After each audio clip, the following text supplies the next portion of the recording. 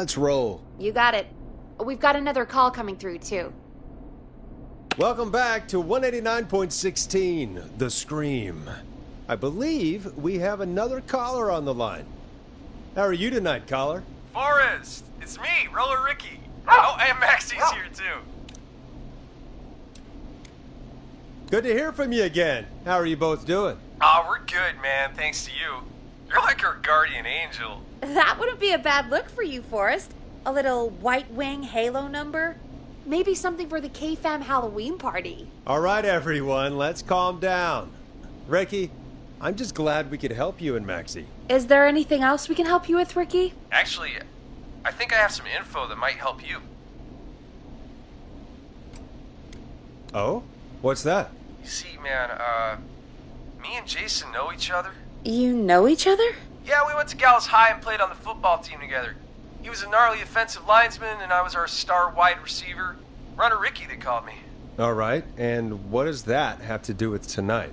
Well, because George, the guy who drowned, he was on our team too.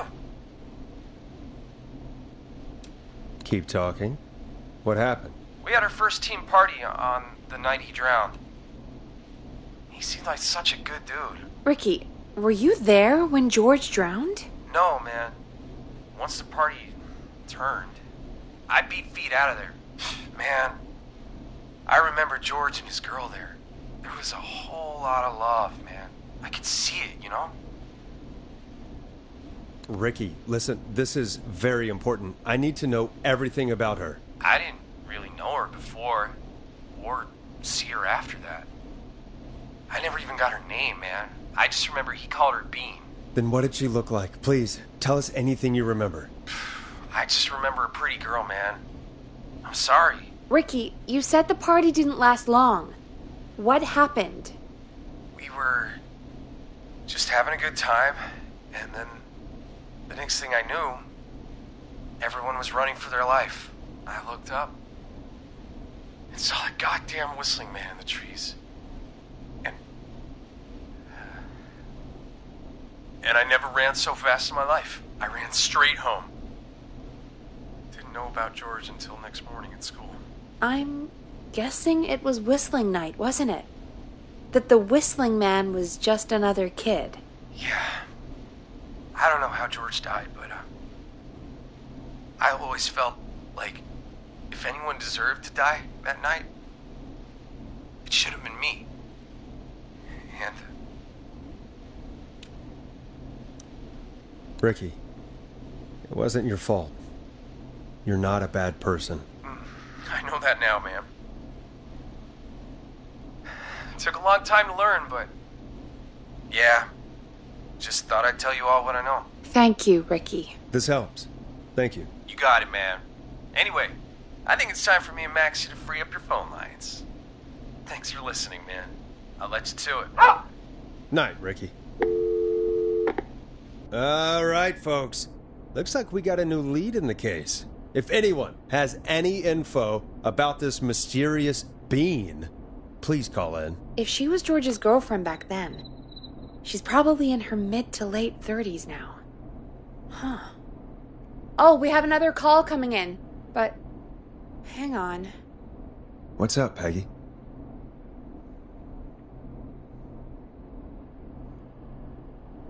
Peggy? You're gonna want to take this call off the air. Who is it? Just do it. All right, folks, it's time for another track. Here's one to help you sit back and relax. We'll be right back after this. I hope this is good news, Peggy. Who have we got? Find out for yourself on line 1. Hello? Forrest, I'm glad I got back through to you. Sounds like it's been a busy night, huh? Surprise! It's Leslie, our 911 operator, leading the charge from Henderson to come save us. It's so good to hear from you. Are you okay? We're doing okay. Sarah and I are both happy to be headed back home. We're happy to have you too. Wait, Sarah? Oh, I mean Deputy Martinez. Anyway, we got back into radio range a little while ago. We've been listening in, but haven't been able to get through until now. It's been non-stop since you left. Please tell us you're bringing help. You bet! I'm leading a whole goddamn squad towards Gallows Creek as we speak. Turns out somebody had cut the phone lines. They had no idea what was happening. That's great news! That's crazy about the phone lines, though. Do you think the Whistling Man cut them? I'm guessing so. I don't know how the Whistling Man did it. But that doesn't matter right now. Listen, we're coming in hot, but we need your help. I know Gallows Creek isn't a big town, but if we don't know where the Whistling Man is, we can't get him. Her. That's where you come in. You can count on us.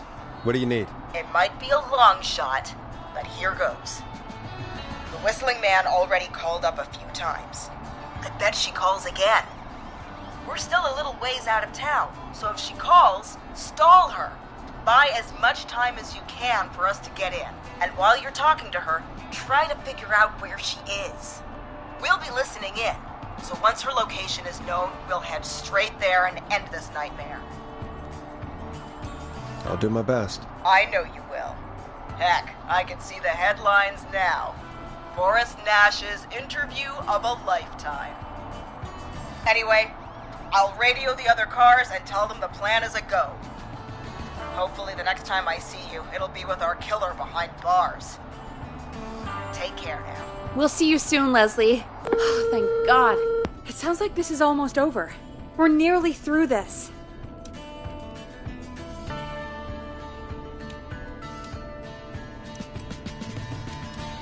That's nice to think, Peggy, but I don't reckon Dawn is going to give up without a fight. She probably won't give up without a fight, no. But neither will we. Now, let's get you back into the arena, champ. Okay, Forrest, shut the music off. Bringing you back live.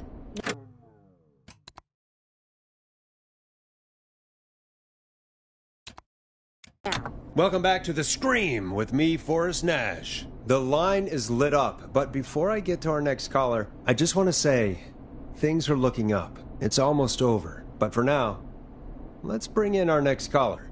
Evening, caller. This is Forrest Nash. Hello, Forrest. This is John Hedges. I'm here with Casey. I wanted to give you an update on Jason. John! Is he gonna be okay? He's a fighter. He'll be fine. We've got him stabilized and resting in a bed. We're preparing to move him to the hospital. Thank you so much. If you hadn't been there, then... God, I don't even want to think about what would have happened. Of course, Casey. We're just happy he's okay. John, Casey, you two did all the work. Tell Jason to get well soon from us, whenever he's up for it. Well, why don't you tell him yourself? Is this Forrest?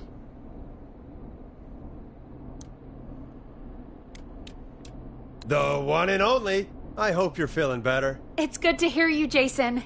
How are you? Oh, well, I've got a hole in my stomach, and there's a knife in my leg, but John gave me something to take the edge off. So, I might feel even better than either of you.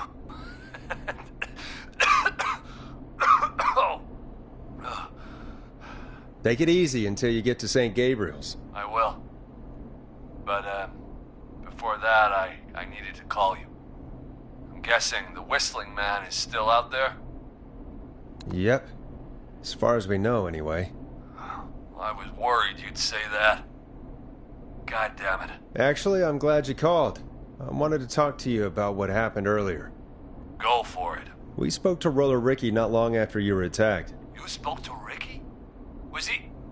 Is he alright? He is now. I mean, he was attacked earlier, but this call came after. Hey, guys, I'm really sorry, but there's a call on the other line. I just need to make sure we don't have another situation brewing. You fill Jason in on what happened. I'll be right back. Sure, Peggy. Sorry, Jason, where was I? Yep. Ricky's fine. You don't need to worry about him. That's a relief. He told us about George. Sounds like everything's finally coming out now. It's been tough to hold it all in. Sounds like you've been holding back about something awful, Jason. I'm part of the reason my best friend is dead, Forrest. And the few who knew about it said if I ever said anything, I'd find myself in jail. For a long time, It was hell. And then the town just moved on. Like he'd never existed. What happened that night? I went along with the stupid prank, that's what. Whistling night. Some of the guys on the football team had an idea for a way we could haze the newcomers. We decided to plan a party in the woods and have the Whistling Man crash it. It was stupid. We each had a role. I was the stabbed friend. At the party that night, I left the group for a second, met our Whistling Man, pretended to get stabbed in front of everyone, started an almighty panic. Those screams. That was the last time I saw or heard George alive. How did George die, Jason? I don't know. I was playing dead. But when I heard her scream... Ricky mentioned a girl named Bean. Is that who you mean? Bean? Oh, yeah. I guess George did call her that. Yeah. He called her Bean. I heard her again tonight, Forrest. Her name was... What? What happened? Are we still on air? No, we're not. Seems like the power is completely gone. How do we get it back on? I don't, we can use the emergency generator down in the basement. Ricky picked it up a while ago in case we ever needed to do an emergency broadcast.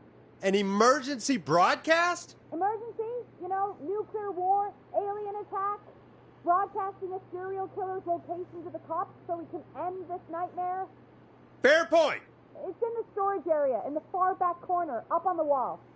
You might have spotted it earlier when you were digging around for all those tapes. It'll have a big red button. Just press that. I'll see you when you're back.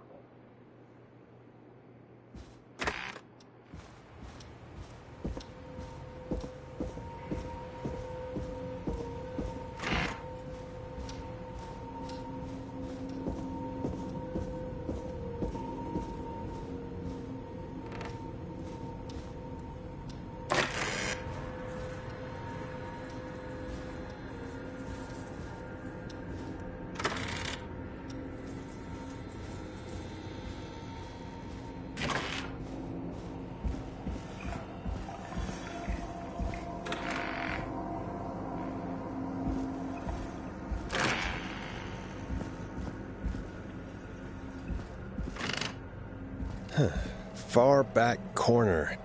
Why is this station so big?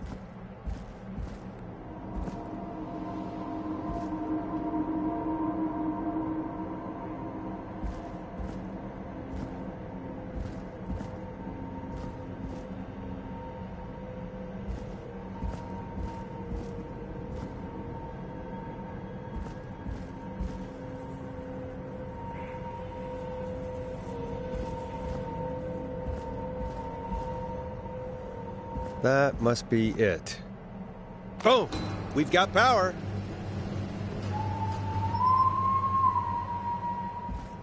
The Whistling Man. I need to warn Peggy.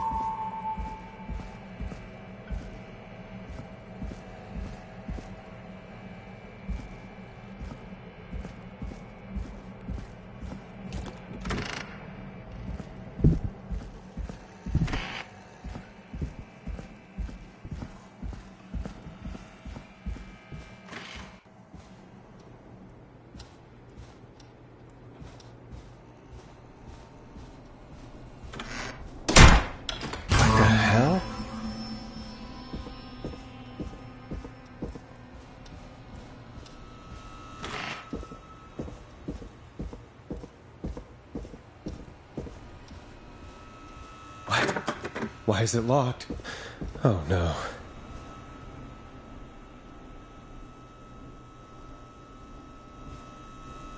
Peggy! Where'd you go? What the? No way. This can't be happening.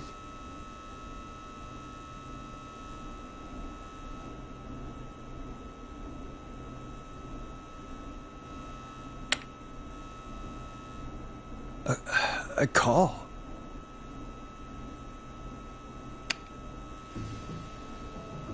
Where's Peggy, Don?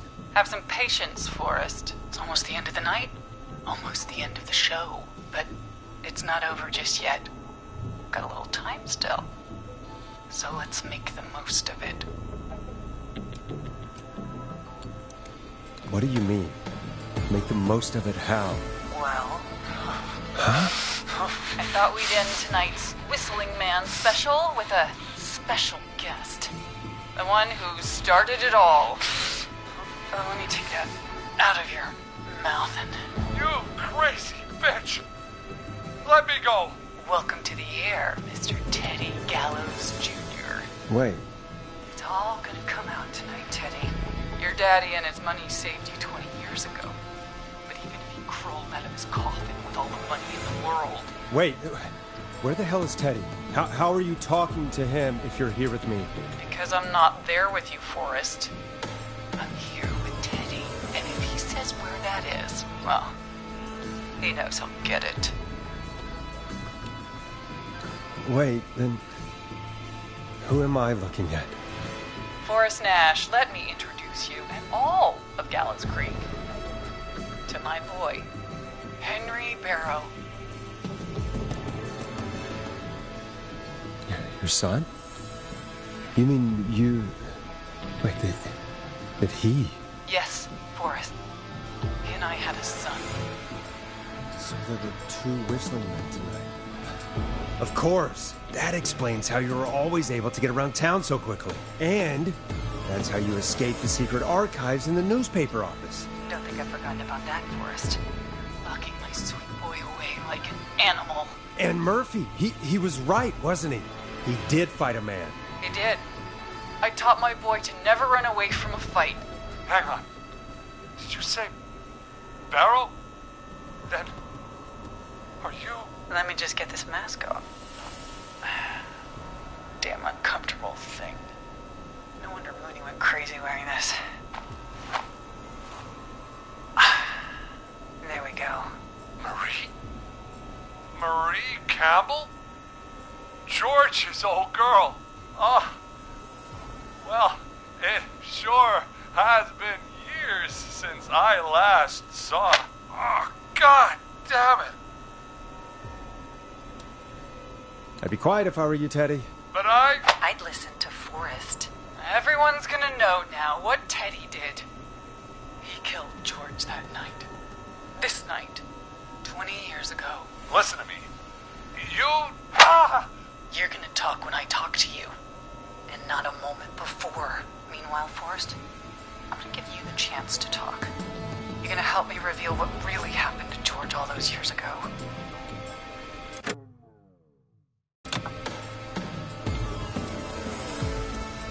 Okay, Marie.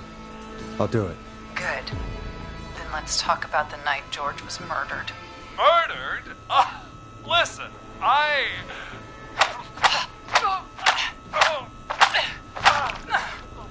I said you speak when you're spoken to.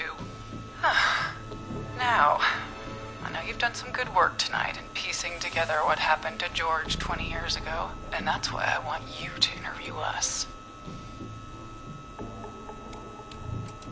Interview you? All right. I can do that. Thank you. I want you to help me and Teddy tell the story, Forrest. Do a good job. And hell, you might be the only one to leave here alive.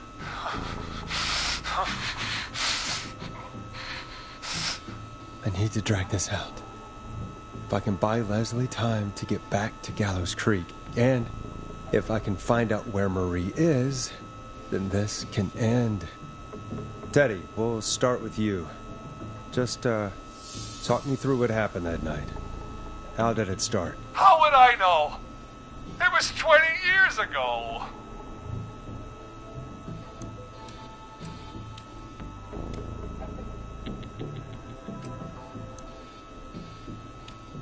Do you want to die, Teddy? Because if you don't start talking...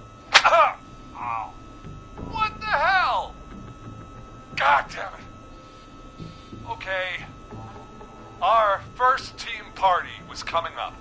And when I saw the date it was scheduled for, I had an idea for a way we could prank the new guys.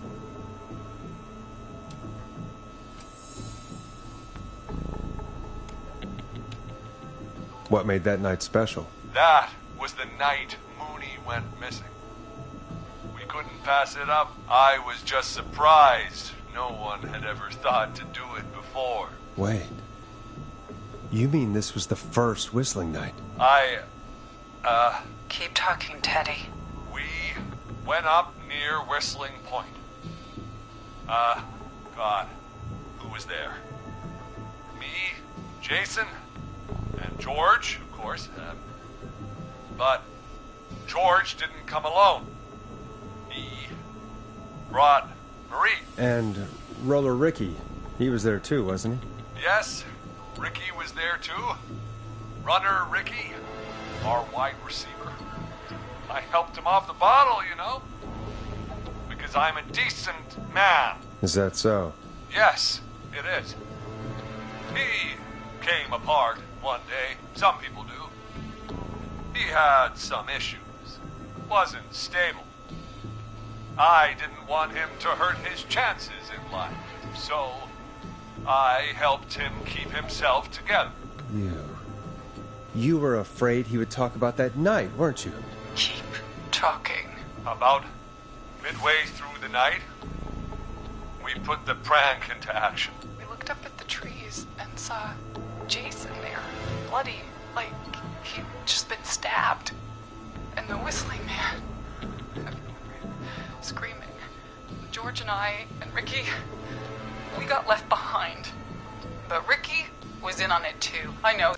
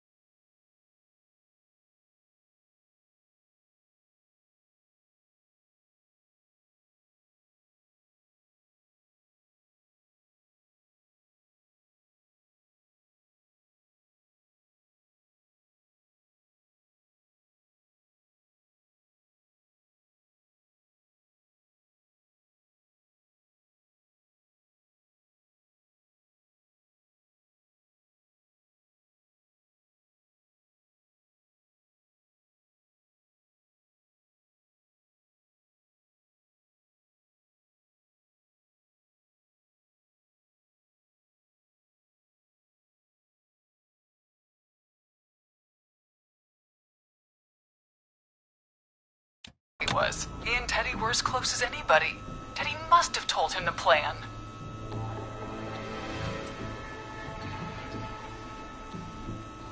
Did you ask Ricky if he knew or not? I didn't see any reason to. Why? Because Ricky phoned up earlier. He didn't know anything about it, Marie. What? He had no idea what was happening. He said he was as terrified as anybody. Isn't that right, Teddy? You didn't tell him, did you? Ricky never could keep his mouth shut. If we told him, he would have given everything away. But well... It doesn't matter. He didn't run his mouth enough to tell anybody about it afterwards. He's still guilty. It was just a stupid prank. How can you still say it was just a prank? Oh, come on. God damn it. You made George think Jason had been murdered. He thought his best friend was dead. And so tonight you stabbed him for real? It's the role he wanted to play. Jason's still alive, Marie. He was with a friend. We talked her through how to stop the bleeding and got him professional help just in time. Oh. Well, shame he didn't have the good sense to die earlier. He's gonna regret that. Enough about him. Me and George took off running, but somehow we got separated in the woods. I ended up near the bottom of Whistling Point, and when I noticed George wasn't with me, I panicked. And then, I don't know how he snuck up on me, but the Whistling Man grabs me. I scream, and he starts laughing, telling me it's just a joke. I can stall for time here. How did you feel in that moment? I felt like nothing was real. I felt small and confused, and Tell me what happened next. I suddenly recognized it was Chuck. Chuck Brody was the Whistling Man, laughing away. But then he stops, and he's looking up at the top of Whistling Point. What was he looking at? Teddy, what happened next? Nothing. It was just... Teddy? George fell off Whistling Point. Why'd he fall, Teddy? He just... You pushed him. You were up there. You were dressed as the Whistling Man, too, and... I didn't push him, God damn it! I just chased him up there, and he kept backing up. When I saw he was about to go over, I reached out. That's what you saw. You liar! It's not my fault. He didn't know it was a joke. If he'd had any brains, he would have realized. You bitch. No one's going to believe this. After all you did.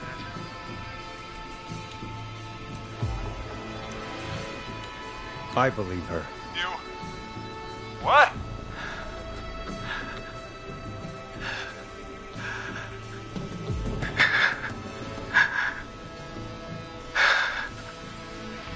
Why else cover it up? My future was at stake, Nash. You know what it's like. People like us are bred for bigger things. I'm going to be the mayor of this town, Forrest. And then governor. And then, who knows? What happened that night was tragic. It should never have happened. But it was a mistake. It was just a stupid joke gone wrong. So my father sent Clive out to clean it up. Why should a blip ruin my future?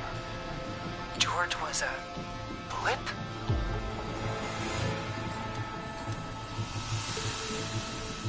He wasn't a blip, Marie. His father covered it up from there. I searched for George's body all night, but Sandra found him the next morning while out jazz running. She found him in the river, but she lied about that to protect Teddy. She said something about her rent going up, unless she... Teddy, did your father own Sandra Sharp's dance studio? It's Gallows Creek, not Sharp Creek.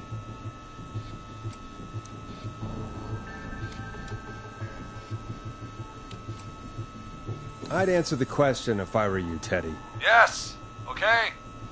We own most of the town. That's it then. Your father was going to run her out of business unless she lied and said she found him in the reservoir instead of the river. What my father did in his business dealings is nothing to do with me. The false reports. That's why you killed Sheriff Matthews, too, isn't it, Maria? Not just to get him out of the way, but... Everyone was in on it, Forrest. Even the coroner wrote a fake report. Said George was drinking, that he just got himself into trouble. And... I saw. I'm sorry. For all it's worth, Virginia didn't have much of a choice. She had a sick sister whose treatment she couldn't afford. She played along with the gallows to save her sister's life. And her own. Even still, she should have told the truth. I did my part. I tried everything I could think of. I even went to the newspaper, but no. That coward killed the story. We'll take care of Maurice Russell later.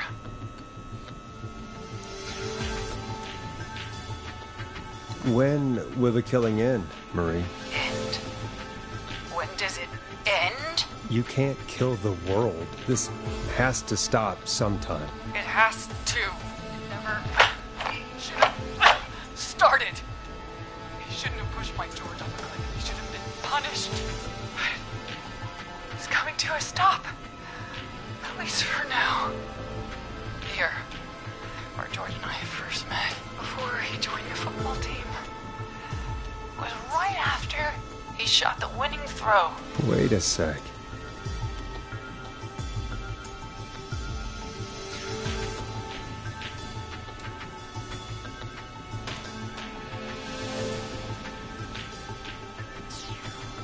You're at the football field. Jesus Christ! Forrest, you idiot! We're in the gym at Gallows Creek High! I told you not to do that. Wait!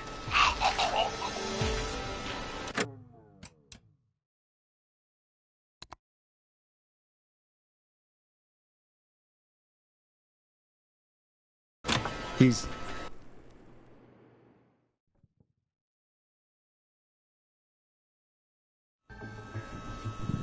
Sorry.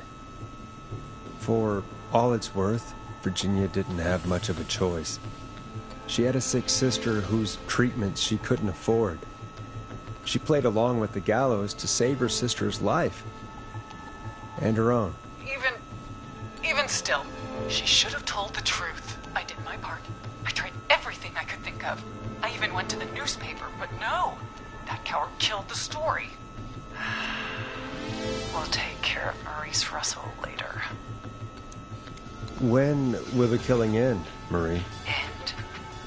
When does it end? You can't kill the world. This has to stop sometime. It has to. It never should have started. He shouldn't have pushed my George off the cliff. He should have been punished. It's coming to a stop. At least for now. Here, where George and I first met, before he joined your football team, was right after he shot the winning throw. Wait a sec. You're at Gallows Creek High, in the gymnasium. That's right, Forrest. Not that it matters, but yes, we're here. Anyway, I think that about wraps up the interview with Teddy. So... Marie? Where? Oh my God. Peggy! Teddy? You gotta help me! Quiet. You'll talk more later. Now I have to talk to someone who mattered more than you ever did. Peggy. It's been so long since I've seen your face. I worried you wouldn't come. Marie! Oh my God. I thought you... And here I was, thinking you'd forgot me. I'd never forget my own sister. Sister? Peggy, what's happening? Why are you even there? Wanna explain, Peggy? Earlier, while you were speaking to Jason, I got a call. Do you remember? Well, it was from Dawn.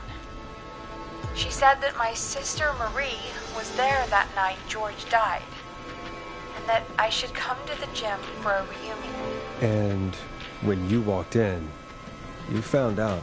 That my sister is the Whistling Man. Good to see you too, Peggy. Why didn't you tell me any of this? She said that it was my last chance to see my sister. I knew if I told you, you'd try to stop me or come with me when we need you on the radio. And I just... I'm sorry. This has to be a lot for you. What happened to you, Marie? You just disappeared one day. Disappeared? I was thrown out, Peggy. I begged Mom and Dad to do something about what happened that night, but did they care? No, they told me to stay quiet. They only cared when they learned I'd been with George, and... Marie, I'm so sorry. I never knew. It's not your fault. Really, it's Mom and Dad I should be seeing right now. But since they're dead and gone, well... I'll have to settle for the next best thing.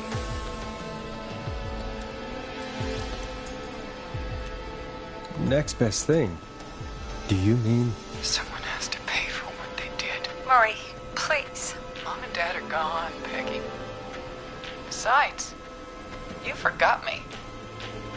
Just like the rest. You forgot. Is there any way I can prove Peggy didn't forget Marie?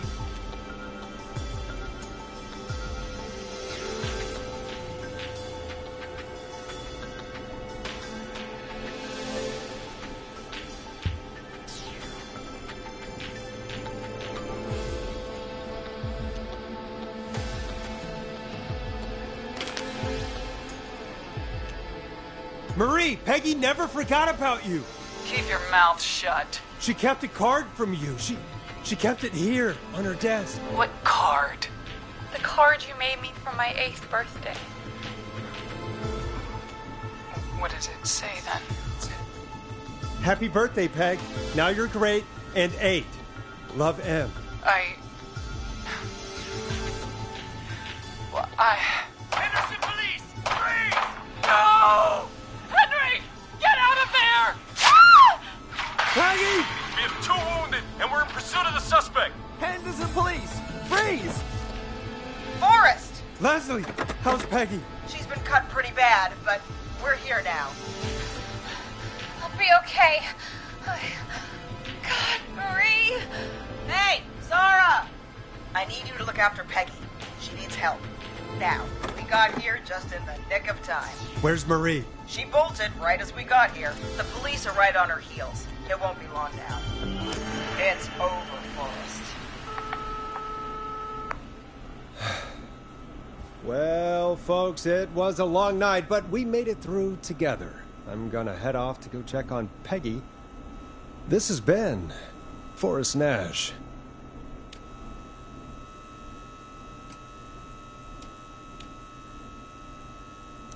And it's been a scream.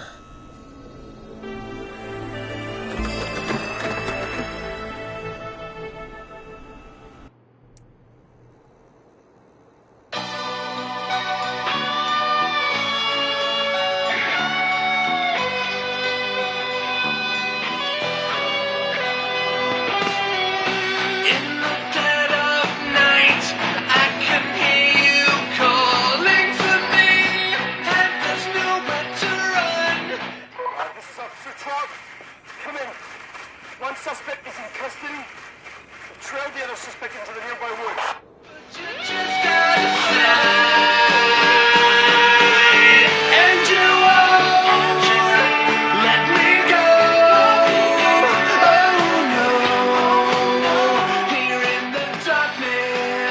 I've got this feeling.